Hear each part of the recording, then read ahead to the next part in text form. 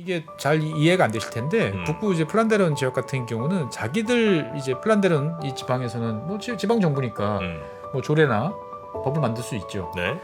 여기서 한때 이제 뭐라고 하냐면은 네덜란드어로 만들어진 계약서만 유효하다. 아, 프랑스어로 된 계약은 안 되고. 예, 안 된다. 그래가지고 이게 이제 말이 되느냐? 네. 아니 공용어를 이제 불어도 공용어로 인정을 하는데 네. 이게 말이 안 되지 않냐? 해가지고 이게 EU 차원의 이제 갈등으로 예, 이제 이렇게 가기도 했었고.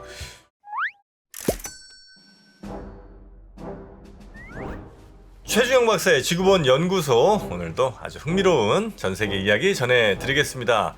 저는 정프로고요. 네, 최준영입니다. 네, 자 저희가 이제 벨기에를 지난 시간 처음 또 포문을 열어주셨고요. 네, 월드컵 하면 생각나는 나라가 저만 그렇습니다. 예, 박사님은 네. 벨기에였다. 붉은 악마의 원조다. 네, 이번 2022년 월드컵에서는 예선 네. 탈락했죠. 예선 탈락이에요? 네, 모로코, 크로아티아, 아, 그 조에 있었어요. 캐나다 같이 있었는데 조 3위로 이제 탈락을 했습니다. 벨기에도 대체로 축구를 그래도 꽤 하죠. 잘하죠. 아, 잘하는 근데 나라예요? 이게 근데 이제 계속 잘할 수는 없고 네. 대부분의 나라 그렇죠. 어느 특정 세대가 이렇게 쭉 잘하다가 좀 이렇게 내려갔다가 이제 왔다 갔다 하는 이제 그런 건데 축구 강국이고 우리나라 선수들 중에서는 예전에 설기현 아, 벨기에에서 뛰었었어요? 예, 벨기에에서 뛰었었죠. 아, 예, 그렇게 기억이 됩니다. 설기현 선수가 벨기에에서 뛰었던 걸로 기억이 돼요. 네. 아, 설기현 선수 뭐 하시는지 궁금하네요. 혹시 보시면 연락 한번 주시기 바랍니다. 자, 그럼 오늘 벨기에 네. 어떤 이야기를 좀 해볼까요? 지난 시간에 이제 제가 이제 벨기에는 이제 북쪽, 남쪽 갈등이 꽤 심하다. 갈등할 게 없을 것 같은데. 네, 별로 없을 것 같은데 아주 극심합니다. 극심해요? 예, 두 나라예요, 사실은. 아, 그럼 그 사람들끼리도 감정도 안 좋고? 감정이 되게 안 좋아요. 지역도 이렇게 그러니까 나누어 있는 거고요. 예, 그러니까 이제 지난 시간에 보셨던 화면은 똑같은 화면인데 이제 색깔로 이렇게 딱 구별이 됐죠. 네. 저게 그냥 이 동네 사람들이 많이 사니까 저렇게 임의로 선을 그은 게 아니고 공식적으로 이제 언어 경계선이라는 게 존재를 합니다. 행정구역도 나눠져 있고요. 그렇죠. 그러니까 저 언어 경계선에서 이제 이를테면 남쪽 왈롱 지역 같은 경우는 불어가 어드밴티지를 가지는. 예, 그 다음에 이쪽 플란데른 지역 같은 경우는 이제 네덜란드어가 어드밴티지를 가지는 이제 그러한 이제 지역이죠. 그러면서 중립지대가 이제 브뤼셀이고. 그러니까 어떻게 보면 그냥 차라리 연방이라고 하면 마음 편할 것 같은. 예, 그렇기도 한데 연방은 또 아니에요. 공식적으로 보면은. 연방 하긴 두 개밖에 없는데 뭐 연방 하기도 좀 그렇지. 그렇죠. 그러니까 이제 맨날 투표를 해보면 각 지역에서는 그 우리 동네 이제 투표를 하는 거죠. 그러면 이제 이 사람들이 이제 브뤼셀에 모여가지고 이제 공동 정부를 이제 구성하는 이제 전혀 다른 이제 그 사회가 안 좋은 두 쪽이 이제 모여서 하나의 공동 정부를 이제 구성을 해야 되는데 정치 세력들이 되게 다양하게 막 찢어져 있다 보니까. 아, 이거 다당제예요. 그렇죠. 유럽은 대부분 다 다당제죠. 그러다 보니까 이제 공동 정부가 구성이 잘 안 돼요. 예, 짝이 잘 안 맞아요, 서로. 남북이 서로. 남북도 안 맞고 그 안에서도 뭐 분리주의가 있고. 아, 그래요? 예, 또 뭐 좌우 뭐 여러 개 있다 보니까 이게 잘 안 맞아가지고 국왕이 이제 나서서 열심히 일을 해야 됩니다. 국왕이? 예, 왕이 나서서 강수들 좀 다들 와보세요. 아, 벨기에는 그러면 입헌 군주제예요? 입헌 군주제예요. 국왕이 뭔가를 하긴 해요? 예, 되게 열심히 일을 해야 됩니다. 그래서 지난 2013년인가 이제 국왕이 나 더 이상 힘들어서 못 하겠다고 아들한테 물려주고 예, 사임을 이제 하기도 했던. 아, 그래요? 예. 그러니까 이제 뭐 가령 이게 잘 이해가 안 되실 텐데 북부 이제 플란데른 지역 같은 경우는 자기들 이제 플란데른 이 지방에서는 뭐 지방 정부니까 뭐 조례나 법을 만들 수 있죠. 네.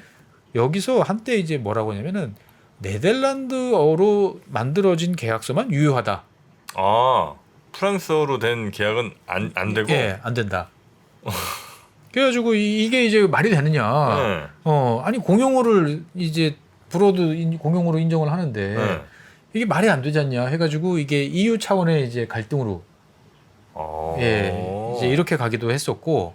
그다음에 이제 지역적으로 보면 이제 딱 나눠져 있으니까 사실 그 안에서는 여기는 뭐 불어권, 여기는 네덜란드어권, 차라리 이렇게 편한데 이제 브뤼셀 같은 지역이 이제 조금 문제가 이제 되는 거죠. 보면은 브뤼셀 이제 안쪽은 이제 상관이 없는데 처음 중립되니까. 아, 경계 쪽. 그렇죠. 이 교외 지역. 우리로 따지면 수도권 지역이라고 할 수 있는. 아, 거기 이제 네덜란드어를 써야 되는데. 원래 네덜란드어권이 있는데 네. 이제 최근 들어서 불어하는 사람들이 이제 많이 이제 온 거죠. 왜냐면 일자리도 많고 네. 수도다 보니까.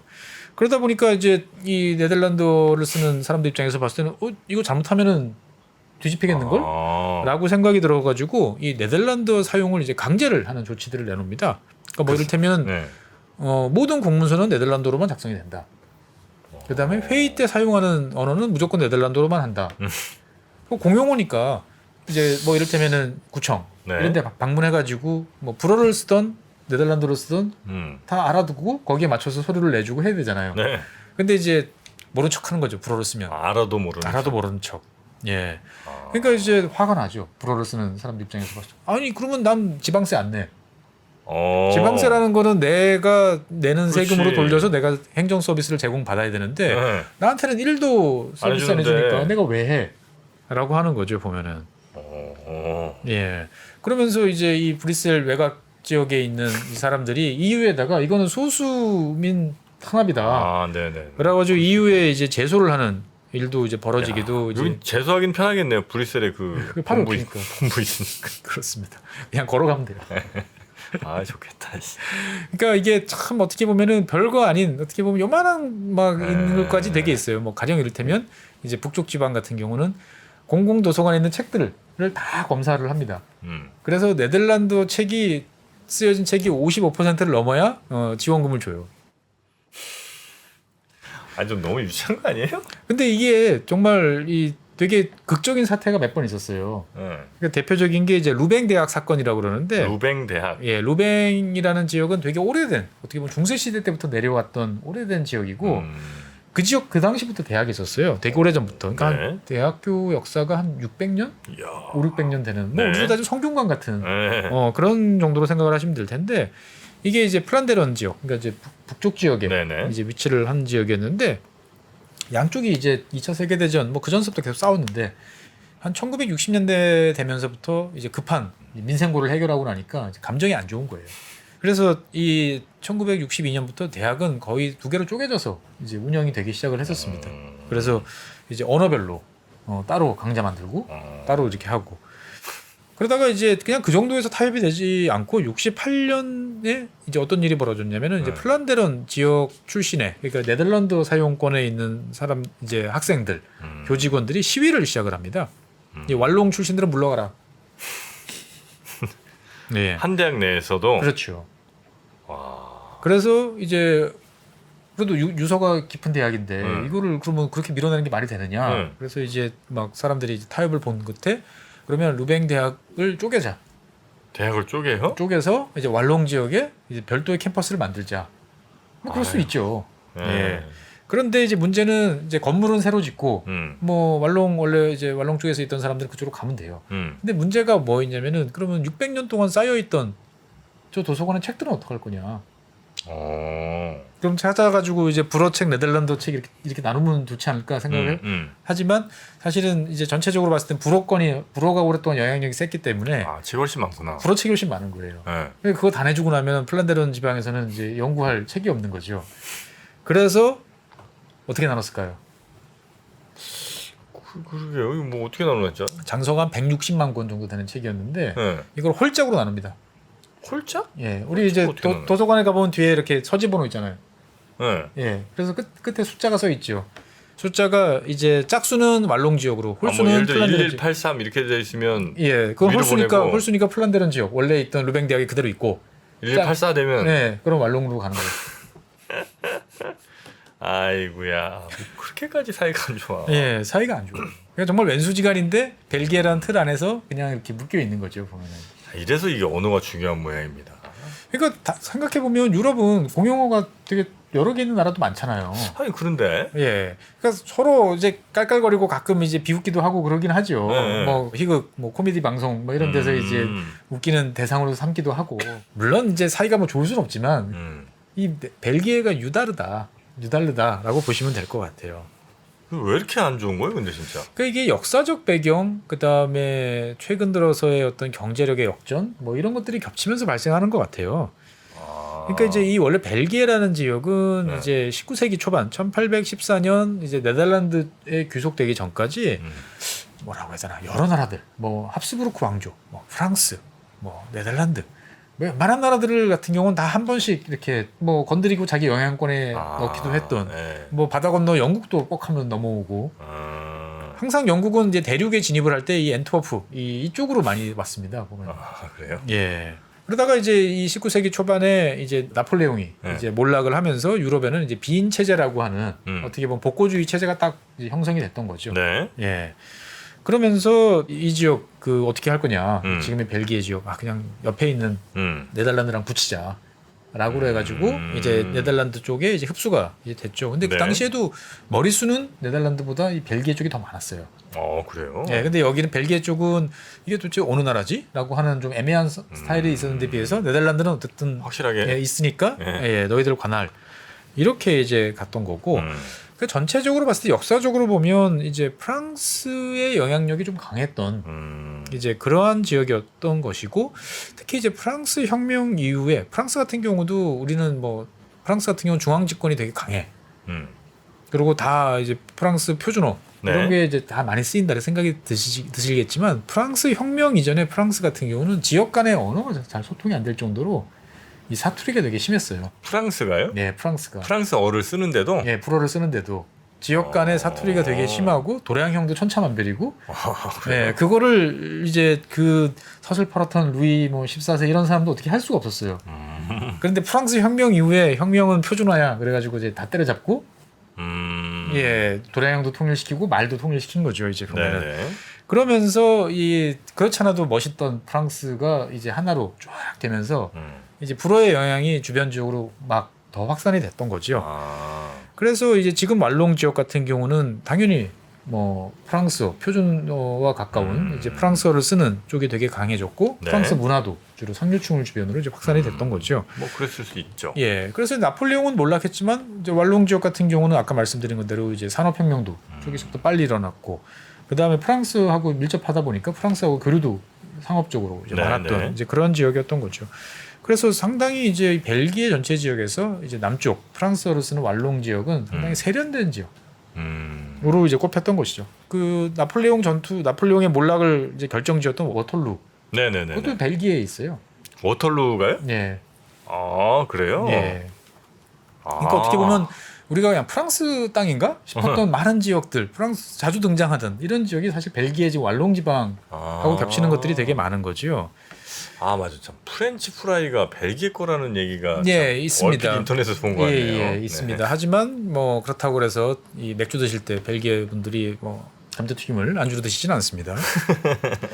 그런데 이제 전체적으로 프랑스어가 많이 사용되던 지역이었는데 1814년에 이제 네덜란드에 일단은 갔잖아요. 그럼 당연히 네덜란드어를 써야 되잖아요. 그렇죠. 네. 그러다 보니까 이제 이 언어에 대한 이제 갈등이 새삼스럽게 이제 부각이 되기 시작을 합니다. 이미 프랑스어로 익숙해져 있는데. 그러니까 남쪽은 아니 옛날부터 우리는 그냥 프랑스어 다 써왔고 니들도 할 수 있는데 왜 갑자기 네덜란드어를 네덜란드 쓰라는 거야? 막 이제 이렇게 이제 되는 거죠. 그래서 1814년에 이제 네덜란드에 갔다가 이런 갈등이 번지면서 16년 만에 독립을 하게 된 거죠. 벨기에가? 네, 벨기에가 현재와 같이 벨기에 왕국으로 이제 독립을 이제 하게 됐던 거고. 그러면서 다시 이제 네덜란드하고 이제 관계가 떨어지고 나니까 이제 불어 전성 시대가 된 거죠. 뭐 그렇겠네요. 예. 그래서 새로 벨기에가 독립한 이후에 이제 중학교부터 대학교까지는 교육기관에서는 다 불어만 사용했어요. 예. 그리고 선거권도 불어로 쓰는 사람들한테만 줬어요.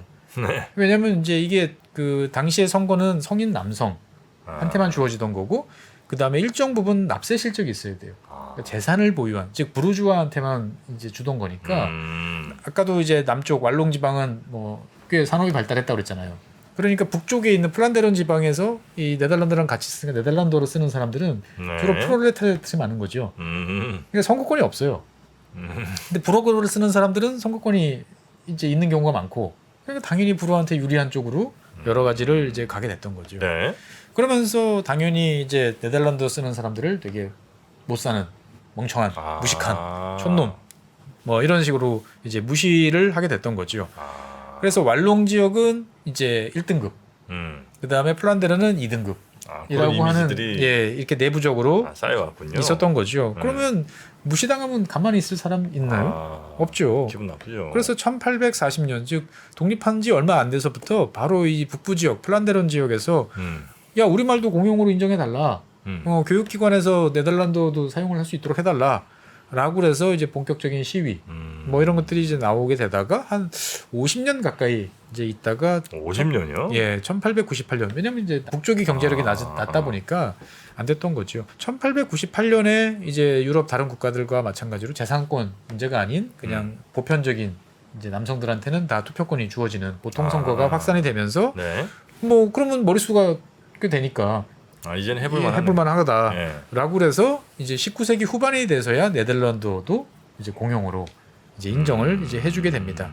근데 하지만 뭐 당시 네덜란드 같은 경우는 이제 많이 힘이 빠진 상태였고 프랑스 같은 경우는 19세기 후반 되면 저희가 잘 아는 뭐 에펠부터 시작을 해서 정말 수많은 이 예술가, 문학가, 막 과학자들이 쏟아져 나오던 어떻게 보면 프랑스 진짜 전성기는 19세기 말 전쟁에서는 계속 지고 있었지만 뭐 보불 전쟁 뭐 지어 터지고 있었지만 영향력으로 보면 최고의 그 시대를 구가하고 있었기 때문에 이 왈롱 지역은 이제 프랑스의 후원을 이제 받으면서 꽤 잘 나가던 이제 그러했던 상황이었던 거죠. 그래서 이제 이게 문제가 됐던 게 1, 2차 세계 대전 때 문제가 됩니다.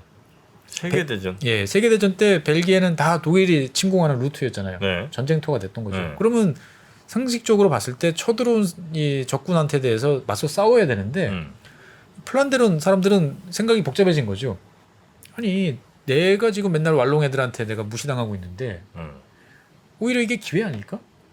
왈롱 애들 싹 한번 그렇죠. 혼쭐을 내주고 보면 다 떨궈내고 하면 좋지 않을까?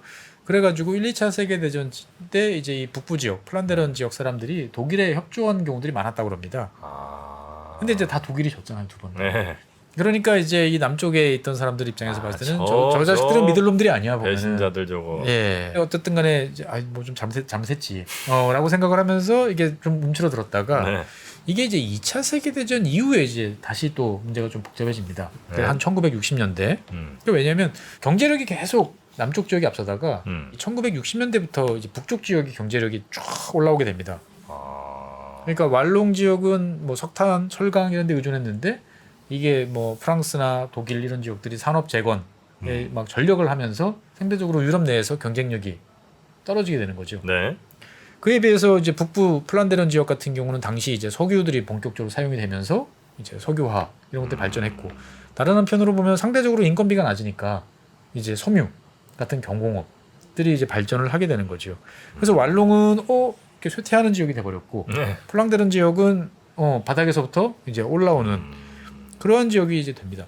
그러다 보니까 이제 이 왈롱 사람들이 봤을 때 야 이게 시간이 더 지나면 이게 전체적으로 봤을 때 네덜란드어 쓰는 애들이 더 우위에 있는 거 쓰는 거 아니야? 그건 곤란하지. 그래가지고 1963년에 선제적으로 요구를 합니다. 언어별로 우리 경계선을 딱 확정을 해서 권역을 나누자. 그리고 이제 강제 뭐 공용어라는 이유로 우리 불어 쓰는데 네덜란드 쓰라고 자꾸 그렇게 하지 마라. 라고 이야기를 하는 거죠. 그래서 지금 이제 지도에서 보시는 이제 익숙해졌을 이제 저 지도에서 나오는 저 선이 이제 결정이 되게 되는 거죠. 그래서 그만큼 손 거놓고 그렇죠. 위에는 네덜란드, 밑에는 프랑스. 그래서 거기에 대해서 이제 우월성, 독점성을 이제 상호 인정하는 쪽으로 가자라고 하는 거죠. 그래서 이렇게 되고 나니까 문제가 뭐냐면은 그 전에는 정당들이 이제 독자 정당 이제 전국 정당들이 있었어요. 근데 언어가 이렇게 나눠지다 보니까 나오기 어렵겠네 진짜. 그렇죠. 뭐 이를테면 사회당도 이제 불어권 사회당, 그 다음에 네덜란드권 사회당, 뭐 이런 식으로 이제 나눠지는 거죠. 방송도 나눠지는 거고.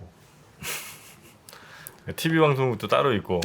당연히 이제 밑에는 불어로 방송하고. 위에는 네덜란드어로 방송을 하고. 전체 방송 분위기 같은 것도 밑에는 프랑스 쪽에 가깝고 위에는 네덜란드 쪽에 가깝고 이렇게 가겠군요. 문화적 차이도. 그러다 보니까 처음에는 벨기에도 1960년대, 뭐 50년대, 60년대만 해도 유럽 다른 나라처럼 이념에 따른 뭐 사회주의냐, 뭐 자본주의냐, 뭐 이런 거에 따른 정당들 우파 좌파 개념이 되게 강했는데 시간이 갈수록 이런 가치는 사상적 가치는 내려가고 오히려 이제 너 언어가 어느 언어권이야. 이게 이제 더 중요해지는 쪽으로 이제 가게 되는 거죠. 그러니까 정체성이 바뀌게 되는 거죠. 네네네. 그래서 이제 지난 시간에 말씀드린 것처럼 현재 시점에서는 전국 단위 방송사, 신문사 없고 학교 커리큘럼도 완전히 다릅니다. 야. 그러니까 우리는 뭐 초등학교 뭐 하면 국가에서 정한 교육 과정들이 있고 거기서 일부 선택을 해서 학교별로 이제 쓰는데 네. 여기는 불어권, 네덜란드권이 이제 완전히 다른 언어로 다른 교육 과정을 쓰는 거죠. 굳이 그럼 한 나라로 살 이유는 뭐 있어요? 그러니까 이제 이거를 쪼개면 근데 이제 이걸 쪼개게 되면 이제 정말 어떻게 보면 한 변방으로 들어가는 거 아니야? 이만큼 그래도 우리는 여기서 나름대로 이제 목에 힘 좀 주고 사는데 독자성이 또 있는데 예, 그냥 불어권 입장에서 봤을 때 야, 이게 지금 만약에 프랑스로 가면 네. 뭐 건지는 게 있을까? 이제 이런 생각을 이제 하게 되는 거죠. 그리고 뭔가 프랑스에서도 아니 뭐 별로 그렇게 받아들이기 쉽지 않은 거고. 네. 예. 하지만 그래 조그마한 나라로 한번 남아볼까? 이런 생각들은 끊임없이 하는 거죠 서로 간에. 그래요. 아니 그 서로 그렇게 감정 상할 필요는 없이 그렇죠. 그냥. 근데 이제 최근 들어서는 그러니까 그 이 플란데른 지방이 네. 북쪽 지역이 네덜란드어 쓰는 지역이 훨씬 잘 살게 됐습니다. 아 그래요? 그러니까 이게 더 복잡해지는 문제예요.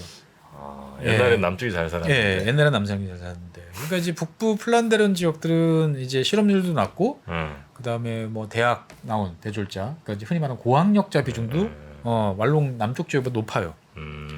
그 다음에 이제 관광이나 이런 여러 가지 3차 서비스 산업도 네덜란드랑 가까운 플란데른 지역이 최근에 더 발전을 많이 했습니다. 그러니까 일자리도 많은 거죠. 네. 그러다 보니까 이제 북부 플란데른 지역 같은 경우는 경제력이 EU 평균을 넘어요.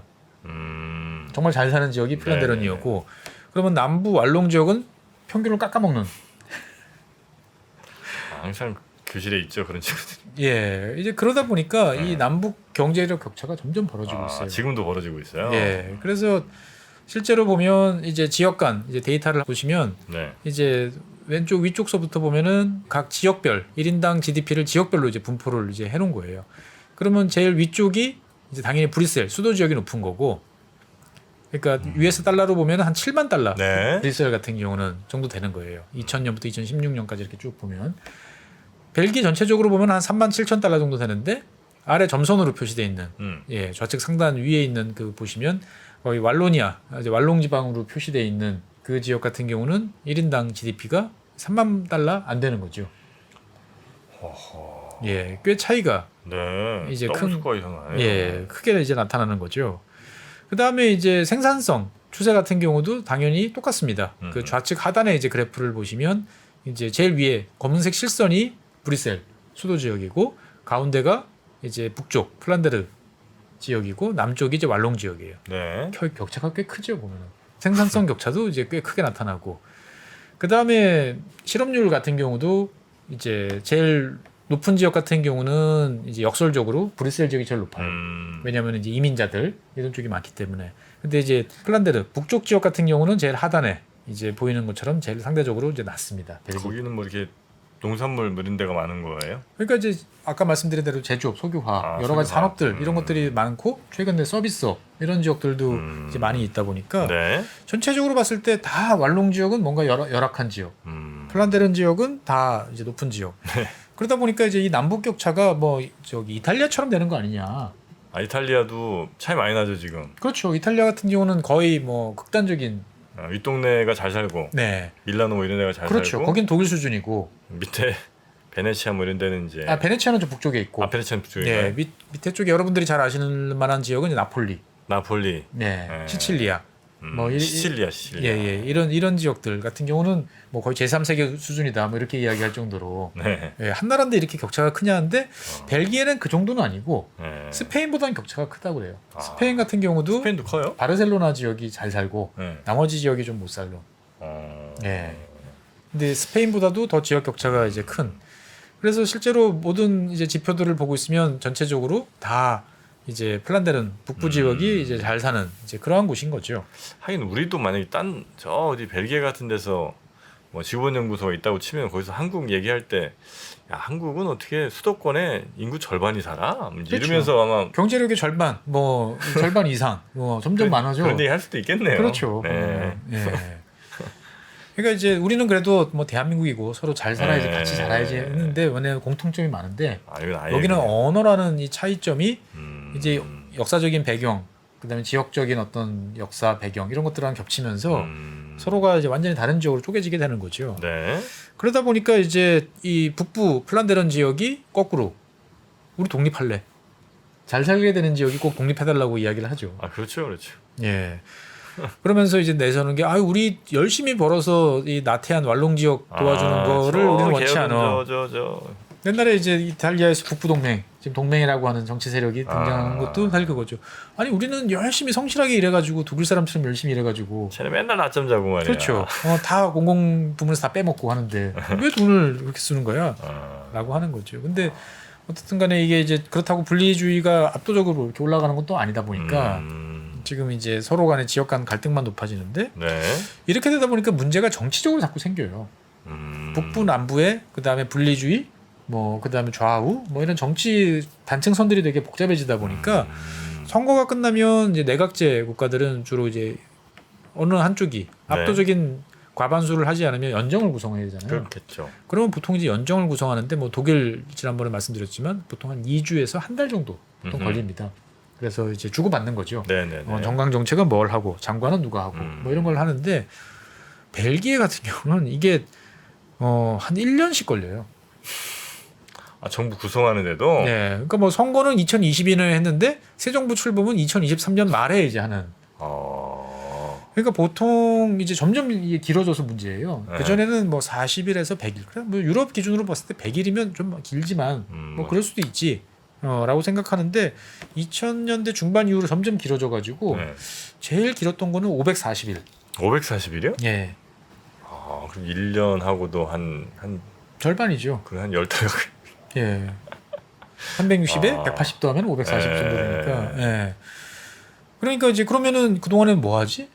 약간의 무정부 상태처럼. 예. 그러니까 뭐 행정기관들은 기본적인 일들은 하지만 이게 의사결정이 안 되는 거죠. 이렇게 잘 사는 나라인데도 이런 식의 그렇죠. 어처구니 없는 일이 이제 벌어지는 거죠. 그래요. 그러다 보니까 이제 문제가 이제 어디서 생기냐면은 이제 수도 지역, 수도 브뤼셀 같은 경우는 중립지대잖아요. 네. 그러니까 뭔가 결정이 돼서 이게 나가줘야 되는데 대립 국면이 심해지다 보니까 이 수도인 브뤼셀의 기능이 이제 마비되는 중앙 정부뿐만 아니고 이런 일들이 자꾸 생기는 거죠. 그러면서 이제 특히나 문제되는 게 이제 치안과 관련된 일들이 자꾸 이제 생각이 이제 문제가 되는 거고. 치안은 전국 단위로 이제 범죄자가 도망가면 잡아야 되고 하는데 양 두 지역이 완전히 이제 쪼개져 있다 보니까 공조가 안 되는 거죠. 그렇게까지 돼? 이게 과거에 그 브뤼셀지에서 한번 그 이슬람 그 신자가 저질렀던 이제 단독 테러범이 한 번 있었죠. 뭐 IS랑 연계가 됐었나? 지금 기억이 가물가물한데 그때 이제 EU에서 통보를 해줬는데 도대체 누가 받은 거야? 왜냐하면 이제 이게 이제 다 기능이 정지해버린 상태다 보니까 제대로 이제 대응이 안 된 거죠. 그러면서 테러범의 거점들이 여기저기 확산된다라는 게 막 프랑스나 독일이나 다른 나라에서는 벨기에한테 이야기를 하는데 수시처가 없는 거예요. 그러니까 정부의 주인이 없는 일들이 종종 발생한다는 거죠. 그렇죠. 그러니까 내각제 국가이기 때문에 행정부는 의회에 이제 종속이 되는 거고, 뭐 기본적인 일상 업무들이 할 수도 있지만 뭔가 정책적으로 결정이 되고, 그러면 장관이 결정이 돼야 인사권도 행사하는 거잖아요.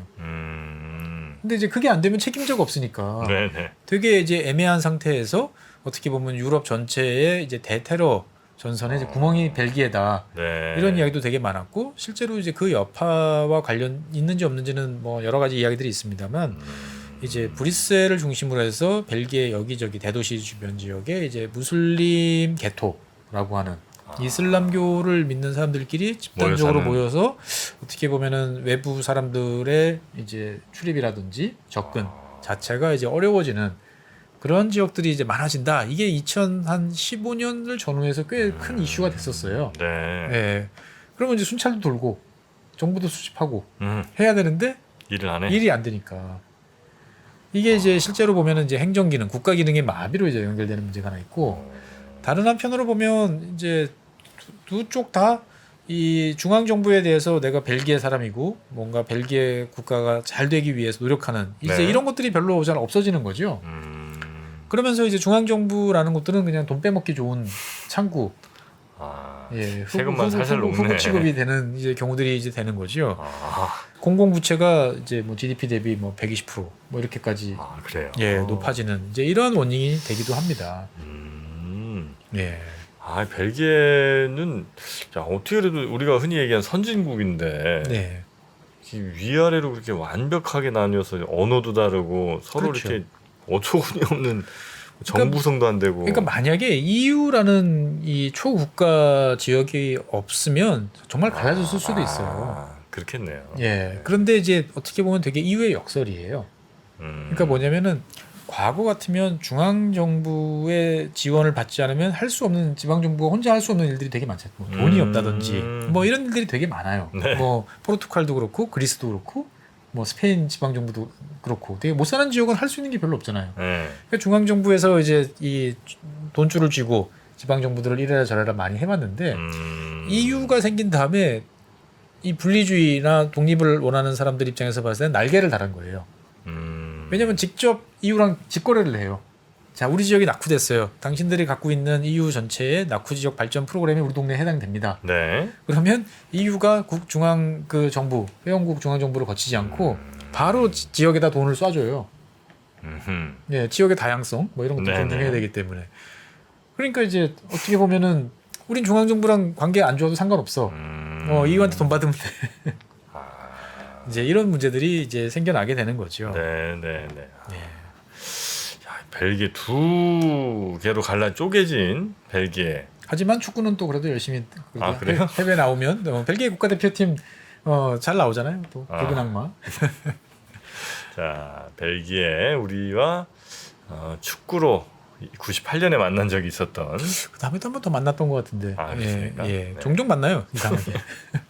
붉은 악마끼리 대결이군요. 그러니까. 예, 맞습니다. 빨간색끼리 대결이죠. 네, 이 벨기에의 아주 흥미로운 이 갈등 이야기 좀 해봤고요. 예. 근데 여기에는 뭐 당연히 또 역사적인 뭐 여러 가지 또 그렇죠. 스토리들이 아마 숨어 있을 것 같으니까. 네. 그 이야기들은 또 다음 시간에 예. 이어서 듣도록 하겠습니다. 자, 그러면 벨기에 이어지는 이야기들도 흥미롭게 잘 지켜봐 주시고요. 또 좋아요와 구독 한 번씩 또 깜빡하셨다면 눌러주시면 감사하겠습니다. 자, 오늘 함께 해주신 법무법인 율촌의 최준영 박사님 대단히 고맙습니다. 네, 감사합니다. 지금 여러분의 고민은 무엇인가요? 인간관계, 사랑, 행복, 일, 돈, 성공, 미래, 죽음. 심리하면 제일 먼저 떠오르는 전문가 김경일 교수와 함께 고민을 나누고 해답을 찾아봤습니다. 행복에 대한 어떤 얘기를 한다는 게 그렇게 간단하지 않은 건 분명한데 중요한 건 행복은 뭔가가 있는 상태라는 건 분명합니다. 나쁜 게 없는 상태로 보통 정의 내리지만 행복한 순간을 떠올려 본다라고 얘기하면 내 아이를 안았을 때 이거 느끼는 그거는 진짜 뇌가 정말 격하게 반응하거든요. 열심히 살아가는 우리들 앞에 심리적 함정들 3프로TV가 준비한 10시간의 마음 수업을 지금 바로 만나보세요. 수강 신청은 영상 하단 링크 또는 네이버에서 3프로TV를 검색하시면 됩니다.